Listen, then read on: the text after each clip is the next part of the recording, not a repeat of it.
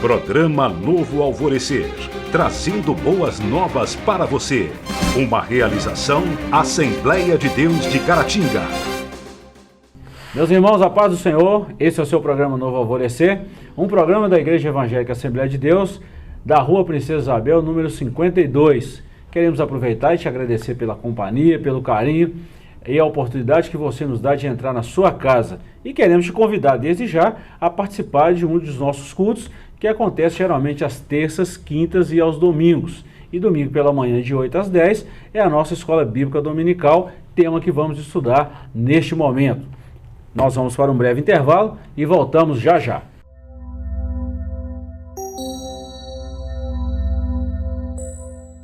Estamos de volta com o programa Novo Alvorecer. Hoje falaremos da lição de número 8, o início da civilização humana. Lembrando que nós estamos estudando sobre a antropologia bíblica, contida no livro do Gênesis. E hoje nós temos a oportunidade de falar da lição de número 8, o início da civilização humana. Nosso textual está no livro de Gênesis, capítulo 4, versículo 17, e está escrito assim: E conheceu Caim a sua mulher, e ela concebeu e teve a Enoque. E ele edificou uma cidade e chamou o nome da cidade pelo nome de seu filho Enoque. Gênesis 4:17. Verdade prática. Uma das missões do ser humano é povoar a terra, dominar os segredos da criação divina e fundar uma sociedade que venha a glorificar o nome de Deus. A nossa leitura bíblica em classe está no livro de Gênesis, capítulo 4, dos versículos 1 a 16. E nós queremos agora, antes de entrarmos na introdução da nossa lição, queremos passar para você mais uma vez a nossa agenda semanal. Domingo, geralmente pelas manhãs, estudamos a nossa lição da Escola Bíblica Dominical de 8 às 10. À noite, um grande culto de louvor e pregação da Palavra de Deus. Às terças-feiras, temos estudo da Palavra de Deus e às quintas, os nossos cultos de louvor e também pregação da Palavra de Deus. Queremos agradecer mais uma vez o professor Joás por essa oportunidade de estar conosco mais uma vez. Amém, estamos juntos. Isso é muito bom. Então nós vamos, professor, estudar mais uma vez esse compêndio, esse conteúdo da nossa lição bíblica. Hoje nós vamos falar sobre o início, né, da civilização humana. Isso nós estamos falando do povoamento da terra, do enchimento, do cumprimento da palavra de Deus. E agora nós vamos ver como é que deu esse desencadear depois a convivência humana pós-queda. Né? Nós estamos falando de um período pós-queda. Capítulo 4 de Gênesis, né? Tanto você vê que tanto o textuário quanto a leitura bíblica, né, se encontram no capítulo 4, do 1 ao 17. Né? E ambos começam com a palavrinha conheceu, né? Essa palavra aí no original dá uma ideia de relacionamento, né? De alguém que anda junto, alguém que olha no olho, né? Que experimenta de coisas juntos, né? E conheceu Adão, a Eva, e conheceu Caim, a sua mulher, né? Porque andavam juntos, porque tinham um relacionamento, né? E Adá, né? Que é a palavrinha, né? Dá essa noção de relacionamento, né? E assim, desses relacionamentos nasceu a civilização, né? A civilização, as cidades, né? E tudo que vem com a civilização, né? Cultura, arte e tudo mais, estava nos planos de Deus, né? Desde o começo.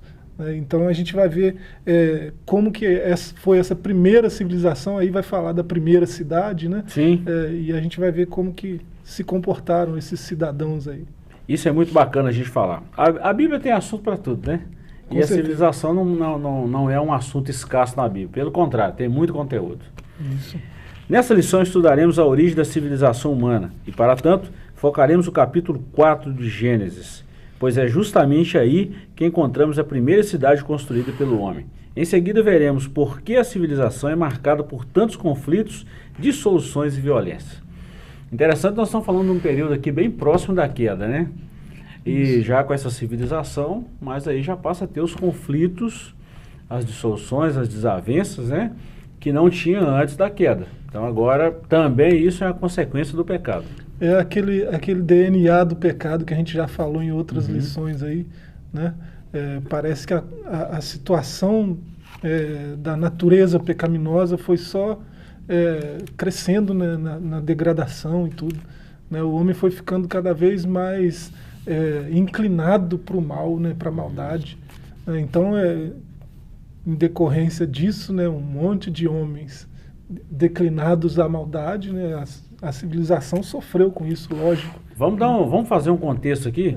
Uma coisa é uma pessoa se inclinar para o mal. Uma pessoa só. Uma coisa é um ser humano se inclinar para o mal. Outra coisa é 100 pessoas se inclinar para o mal. Uma sociedade inteira. Né, já tomou um volume diferente. E a gente vê aqui que nós já falamos isso aqui, né? Gênesis de 1 a 3 foi a criação e a queda.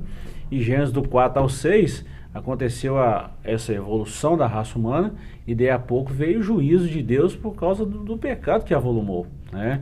Gênesis capítulo 6, nós já vemos o dilúvio, então consumiu toda a carne.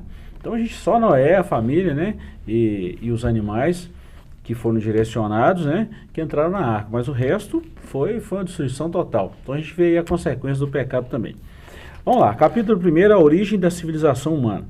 Nesse tópico definiremos a civilização humana, realçaremos o casamento com a base da civilização e mostraremos o trabalho como um meio de sua subsistência. A civilização é um projeto de Deus. Então isso aqui não tem como escapar. A civilização é um projeto de Deus. Família, as cidades, tudo isso aí é um projeto, um protótipo de Deus, já havia sido criado há muito tempo. Isso aí não tem como fugir dessa realidade. Isso. Ponto 1, nós vamos dividir também em três tópicos, né, como a gente sempre faz. Ponto 1, nós vamos falar sobre definindo a civilização. Ponto 2, o casamento como base da civilização. E ponto 3, a subsistência da civilização. Definindo civilização. Segundo o dicionário Roazes, civilização é o conjunto de aspectos peculiares à vida intelectual, artística, moral e material de uma época, de uma região, de um país ou de uma sociedade. Foi o que Adão e seus descendentes demonstraram logo após a queda. Então nós vemos o resumo aqui do que é essa civilização. Você já até comentou, professor, que é tudo que envolve a cultura, lazer, família, tudo isso aí. Você vê que dessas famílias aí, né, nasceram civilizações aí muito rapidamente, né? Você vê reinos logo depois, né? Filhos, netos de Caim, né? Com reinos assim imensos, né? Grandiosos. E assim, a gente lendo o texto bíblico, né? Parece que foi muito imediato essa evolução toda, né? Mas se não foi tão imediato assim, pelo menos foi num volume muito grande. Né? Num prazo curto, né? Num curto espaço de tempo, você tinha civilizações imensas assim, né, sobre a Terra. Né? E interessante que, é bom, você tocou num assunto muito interessante, tem muitas pessoas que pensam que os dias naquela época era totalmente diferente do tempo, né? O tempo. De vez em quando a gente encontra com, mas o dia era 24 horas mesmo, não mudou nada. Desde quando o dia foi criado, 24 horas. Isso aí não há questionamento disso aí. E a civilização, outra coisa que a gente sempre fala, que muitas vezes a gente lê na Bíblia e pensa assim, puxa vida, parece que aconteceu no estalar de dedos. E não é assim. Isso tem um tempo determinado, isso não aconteceu da noite para o dia. Do ponto de vista do leitor, parece que foi assim, imediatamente. Né? Não foi imediatamente, mas foi muito rápido. Sim, né? sim. 2. O casamento como base da civilização. Primeiro nós definimos o que é a civilização, agora vamos falar o que é a base dessa civilização. A civilização humana teve início quando Adão recebeu Eva como esposa. A partir daí, não somente a família, mas a nação, o povo e o Estado tornaram-se possíveis. Ou seja, se não fosse o casamento, não existiria Estado, nação, povo, nada disso. Então o casamento é a base dessa civilização. Já dizia um pesquisador que se quer destruir uma sociedade, vai na célula máter que é a família. A gente não tem como ter sociedade nenhuma, não tem como ter cidade, não tem como ter nem cultura, nem nada disso, se não tiver família. Né? Então o discurso aí, sobretudo das feministas, né? Que ditam a agenda global hoje, de destruir a família, né, de acabar com o conceito familiar, com a opressão da família e coisas desse tipo, né, é um discurso vazio de significado até e de lógica, né, porque sem família você não tem nada. Né, impossível. É o princípio de tudo. É o princípio. Ponto 3. A subsistência da civilização. A Bíblia Sagrada apresenta o trabalho não como um fim em si mesmo, mas como um meio à subsistência humana. Quer o homem tivesse pecado, quer não poderia escapar ao trabalho, pois o próprio Deus é apresentado por Jesus como um exemplo nessa área. Quando Jesus falou, meu pai trabalha até agora. Trabalha até hoje, né? Até agora. Então o trabalho é a subsistência dessa civilização. Então nós vemos aqui pelo menos duas bases. Primeiro, o conceito da criação, que volta a falar. O conceito do casamento, que é a base dessa criação, que Deus havia feito lá no Jardim do Éden. E o que sustenta essa civilização, que é o trabalho. Então nós estamos falando aqui que a necessidade do trabalho, o que vai sustentar as coisas, o que vai mover o mundo, né? Mover a sociedade. Se a gente está dizendo que a família é essencial para o casamento, né? A família é essencial para a construção da civilização, né? Para uma sociedade possível, né? Tem que ter famílias. Então a família só é possível com o trabalho, né? Sim. Não existe, uma família não se sustenta se ninguém trabalhar, né? Isso aí é básico. E né? interessante que antes de Deus criar o próprio casamento, ele criou o homem e criou o trabalho. O trabalho. Adão governava sobre o jardim e sobre toda a criação. Tudo. Né? Isso é trabalho. Depois que ele formou o casamento, ou seja, quando o homem tinha condições para sustentar sua casa, aí sim Deus estabeleceu o casamento. Isso. Então, dentro dessa primeira parte aqui, sobre a origem da civilização humana, nós destacamos o quê? A importância dessa civilização, o casamento como base da civilização e o trabalho, ou seja, a subsistência dessa civilização. Ok? Isso. Nós vamos para um breve intervalo e voltamos já já. Não saia daí. O assunto é bom, como sempre falamos, e é um assunto importantíssimo para o nosso elevo espiritual. Voltamos já já.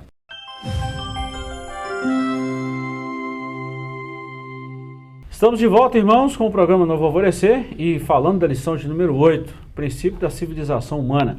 Um assunto importantíssimo para os nossos dias. Como sempre, a palavra de Deus é nova a cada dia. E aproveitando isso, queremos te agradecer uma vez mais pela oportunidade que você nos dá de entrar na sua casa para levar as boas novas da palavra de Deus. E queremos aproveitar e te fazer um convite a estar conosco em um de nossos cultos, onde falamos da palavra que estamos falando para você aqui, mas de uma forma mais, vamos dizer assim, com um conteúdo bem explícito, bem tranquilo e muito, muito vasto, né, professor? Isso. Onde nós temos um tempo maior também para explanar o assunto. Nós vamos falar do capítulo 2 agora, a civilização e o conflito. Interessante que na minha formação acadêmica, tinha uma disciplina que a gente estudava que é a gestão de conflito. E a gente sempre brincava assim, onde tem homem tem problema. Onde tem o ser humano tem conflito, tem problema. Mas é muito bacana gerir o conflito. O conflito é necessário para uma sociedade. Se todo mundo pensasse igual, pensa. Imagina se todo mundo só usasse azul ou só usasse amarelo. Tem que haver o conflito, tem que haver ideias diferentes. É nessas divergências que a gente cresce. Precisa saber gerir. O próprio apóstolo, né, ele chegou a falar algumas vezes, né, que o conflito ele tem o seu papel, né? Sim. Tem o seu papel na igreja, na sociedade, né? É no conflito que os sinceros são conhecidos, né? Sim. Se manifestam. Então, a gente vê logo assim, depois que eles são expulsos do jardim, né, Adão e Eva, você vê esse avanço que a gente falava, né, da civilização, e aí você vê um monte de famílias, né, um aglomerado de gente, né, cada um com interesses próprios, né, cada sujeito com os seus interesses, né, e assim, lógico que um interesse entra em choque com outro, é lógico que vai ter o conflito, né? Agora, como eles lidaram com esse conflito, é aí que está a situação, né? Esse é o grande segredo. O problema é precisa existir, o conflito precisa existir, tem sua funcionalidade. Agora, a reação que nós teremos frente ao conflito é que vai determinar quais serão os resultados. E isso é muito bom a gente destacar. Tem gente, até gurus, né, que pregam isso, que o sucesso é decorrente de uma série de ações bem feitas, né? Mas parece que é mais uma série de reações boas, né? A reação boa, né, diante do conflito é que vai levar a um sucesso efetivo. Né? A ação, todos nós sabemos como devemos agir e tudo mais. Mas na hora do calor do momento, na hora do choque, a reação é o que vai determinar o que vai acontecer lá na frente. Então tá bom, vamos falar desse conflito aqui, nós vamos citar 3 exemplos aqui. Primeiro, nós vamos falar de Caim e Abel. Primeiro conflito na Bíblia que a gente vê, familiar e pós-queda, vamos falar assim. Claro que o primeiro conflito não foi esse. Adão e Eva viveram o primeiro conflito ali dentro da família. Agora nós vamos falar com filhos, Caim e Abel. Os dois foram apresentar um sacrifício ao Senhor. Abel levou um sacrifício, Caim também levou. E Deus atentou para Abel e não atentou para Caim. Aqui nós não estamos falando de oferta, nós estamos falando do ofertante. Então nasceu ali o primeiro conflito. Por que Deus agradou do ofertante Abel e desprezou o ofertante Caim? Porque Deus conhecia a intenção do coração. Isso gerou um conflito.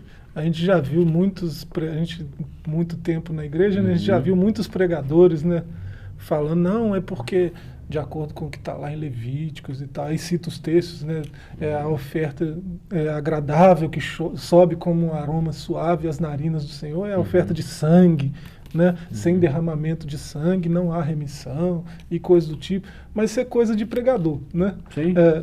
Coisa de teólogo também, que vai falar coisas desse tipo. Mas a verdade é essa que o pastor acabou de falar, né? Deus não atentou para Caim e sua oferta. Você vai ver lá em 1 João, né?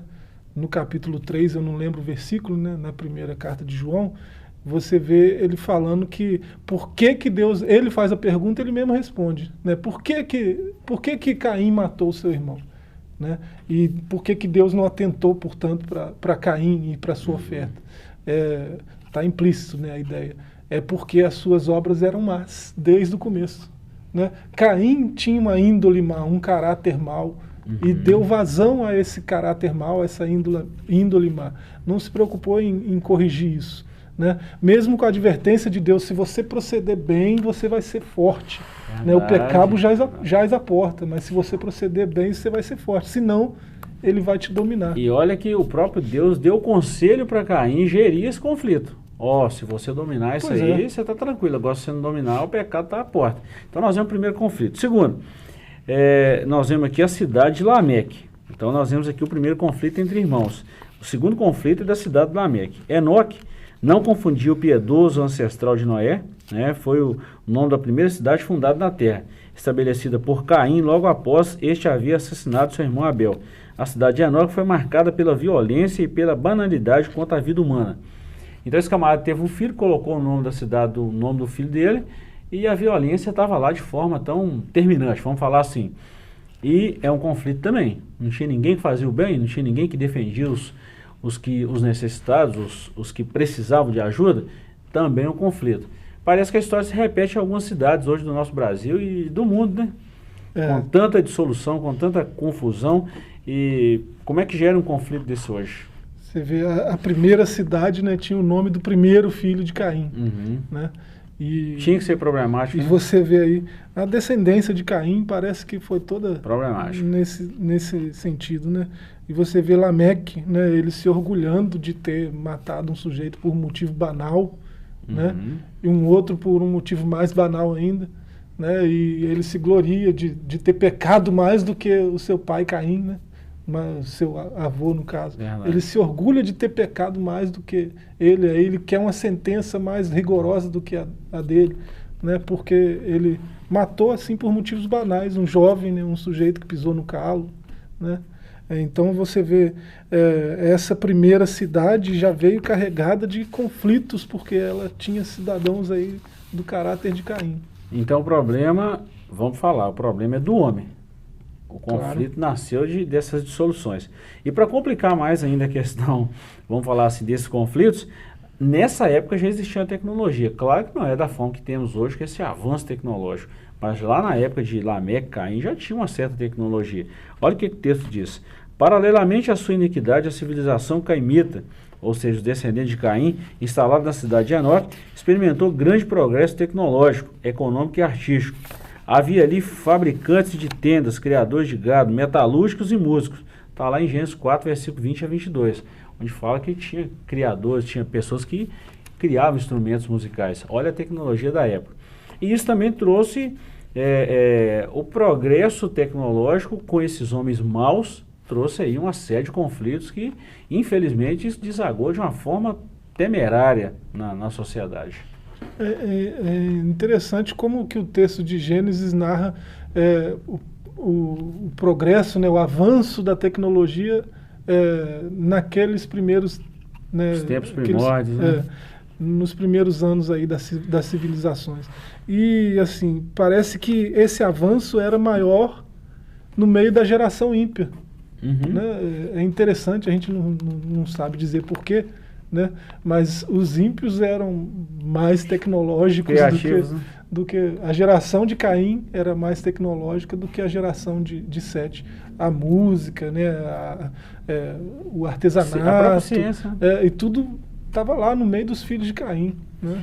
Eu vou falar um negócio, que a necessidade faz com que as pessoas se tornem criativos. Claro que tendenciosos para o bem ou para o mal. Aí isso parte de quem? De cada adorador, de cada ser humano que ouve ou não a voz de Deus. Isso é complicado. Vamos falar um pouquinho mais disso no terceiro ponto, mas antes nós vamos dar uma breve paradinha, uma breve pausa e voltamos já já.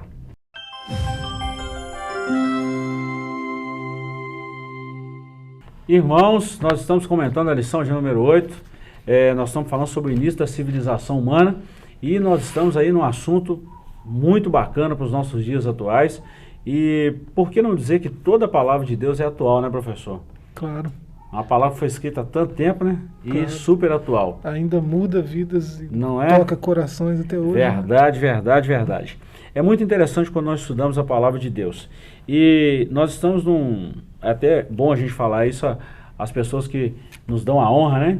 Nós estamos aí numa sequência de estudo nas terças-feiras e tá uma maravilha. Venha fazer parte conosco, Igreja Assembleia de Deus, Rua Princesa Isabel, número 52. Venha e faça parte dessa família maravilhosa que é a família de Deus.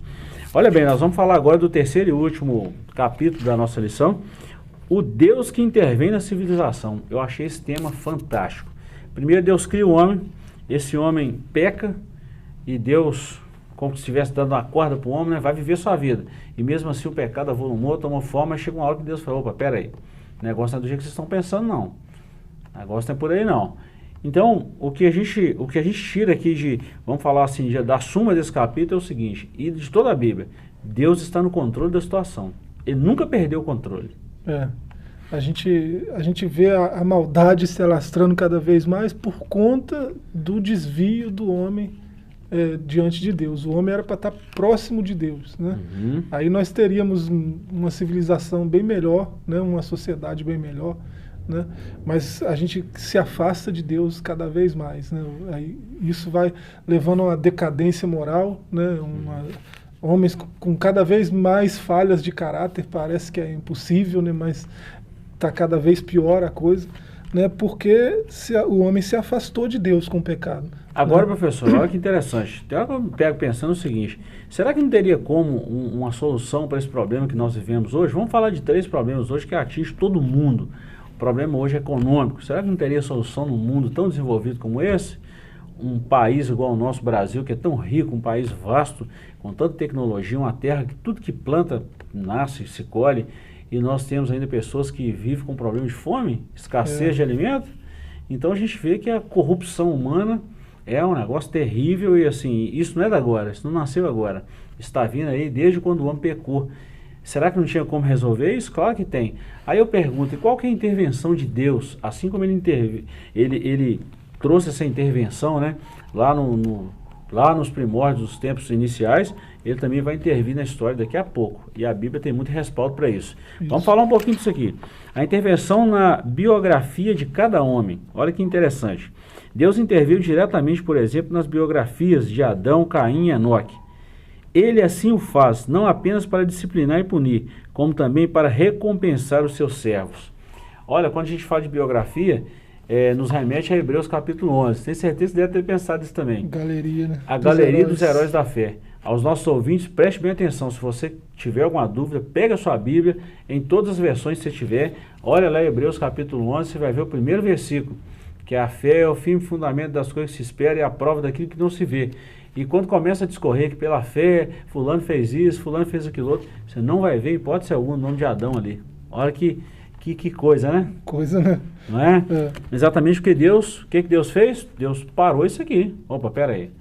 Desagradou a Deus, trouxe uma consequência assim pesada à humanidade e Deus interveio nessa história. Aí Deus intervém de forma direta e de forma indireta. Exato. Né? E um bom observador percebe isso ao vivo, né? Um bom observador percebe. Ele às vezes ele pune, né, com justiça, né, o transgressor de forma individual, diretamente, sim, né? Sim. E às vezes ele recompensa o justo, né? O justo sempre tem recompensa do seu trabalho, né? Se não aqui, né, no reino vindouro, né? E ele intervém indiretamente, né? Quando ele usa autoridades constituídas por ele mesmo, né? Para punir o mal e para recompensar o bom, o justo. A gente vê isso hoje na execução do nosso direito, claro. Quer dizer, da nossa Constituição, né? Até então a gente pode fazer uma ressalva nisso aqui, é fantástico isso, que infelizmente nem todos fazem cumprir a lei ou fazem valer a lei, mas a Constituição, as leis do nosso país está aí. Então, isso precisa valer. Então, Deus intervém também de forma indireta, como você citou muito bem. Olha bem, professor, nós falamos então da intervenção, vamos dizer assim, direta de Deus a um ser humano, mas Deus também interviu na história de toda a civilização. Olha o que diz a Bíblia. No período da história sagrada, abrangendo o Antigo e o Novo Testamento, Deus interviu diretamente na civilização por ocasião do dilúvio da Torre de Babel. Vamos falar desses dois. Gênesis capítulo 6 fala do dilúvio. Gênesis capítulo 10 e 11 fala da degradação de novo da raça humana, daquela confusão toda, né, de Babel, e Deus interveio de novo, de forma em massa, vamos falar assim, conjunta, né? O dilúvio foi um basta, né, na depravação que aumentava exponencialmente, né, naquela época. E logo depois, né, com a outra civilização que nasceu com Noé, nós vamos ver isso nas próximas lições, né? Houve também intervenções de Deus. Então Deus sempre agiu, né, através da história. Desde antes da história, né? A história é a nossa contagem de tempo, né?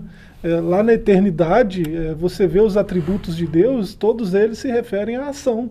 Né? Deus é amor, Deus é justiça, isso tudo envolve atitude, ação. Né? Então, Deus ele nunca parou de trabalhar, né? Como nós começamos essa aula. Né?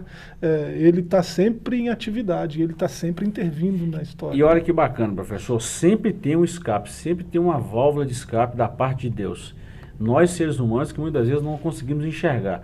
É o tópico 3 da nossa lição. Jesus Cristo, a única esperança para a civilização humana. Houve salvação, houve esperança para a salvação e Deus sempre reservou alguns remanescentes por eles confiarem no Senhor? Sem dúvida, Noé foi um deles, Sete foi outro. Haverá também para essa geração nossa? Gente, nós estamos falando que a raça humana, os homens estão, vamos dizer assim, quase que na maioria esmagadora, assim, caminhando para as coisas maléficas, mas tem um grande número que teme ao Senhor, que luta contra o mal, que defende a fé, que professa a palavra de Deus e crê que Jesus é a única esperança. E falamos isso aos nossos ouvintes, que verdadeiramente a única esperança para esse mundo perdido é Cristo Jesus, nosso Senhor e nosso Salvador. E não só nossos ouvintes, né, mas nossa era, né, está carente dessa esperança, né, carente disso, de ouvir palavras assim de consolo, né, que dão esperança, né, de melhora. Sobretudo aqui nós estamos no estado de Minas Gerais, né, passou por tanta coisa difícil, né, as tragédias lá nas mineradoras, né, Brumadinho, né, muito recente, né? E agora com essas chuvas aí, né, no começo do ano, tanta gente desabrigada, tanta gente perdeu não só bens materiais, como pessoas próximas, né, da família. Vida, né? E você vê, você olha para aqueles, né, governantes que deviam ser exemplo, né, de caráter, de justiça, ainda mais na justiça, né? Você vê os juízes, desembargadores acabaram de renovar a frota de carrões deles, né? 160 carros novos, dos mais sofisticados. É uma desigualdade, né? Aí depois passa uma semana, aí você vê 3 colegas do Tribunal de Contas, né, passeando lá na Grécia, foram lá num suposto treinamento de alguns dias e vão ficar lá, vão estender por semanas, tudo às custas, né, da população, né? Aí isso gera uma indignação, né? Parece que não tem mais como, não tem mais conserto, não tem mais jeito, né? E a nossa lição está aí, né? As escrituras estão aí para mostrar que há uma esperança. Né? Vamos falar um pouquinho. O nome dessa esperança está aí. É Jesus, né? E nós vamos falar dela daqui a pouco, assim, claro que na outra lição, e já encerrando, que a esperança é Jesus, e daqui a pouco Jesus arrebata a igreja e vai seguir uma série de acontecimentos que vai resolver essa situação. Felizmente nosso tempo acabou. O que nos resta agora é despedir dos nossos ouvintes, das pessoas que nos deram essa oportunidade, e queremos agradecer a você de todo o nosso coração. Faça-nos uma visita, esteja conosco em um dos nossos cultos e ficaremos imensamente felizes. Até uma próxima oportunidade, Deus te abençoe e um forte abraço. Programa Novo Alvorecer, trazendo boas novas para você. Uma realização Assembleia de Deus de Caratinga.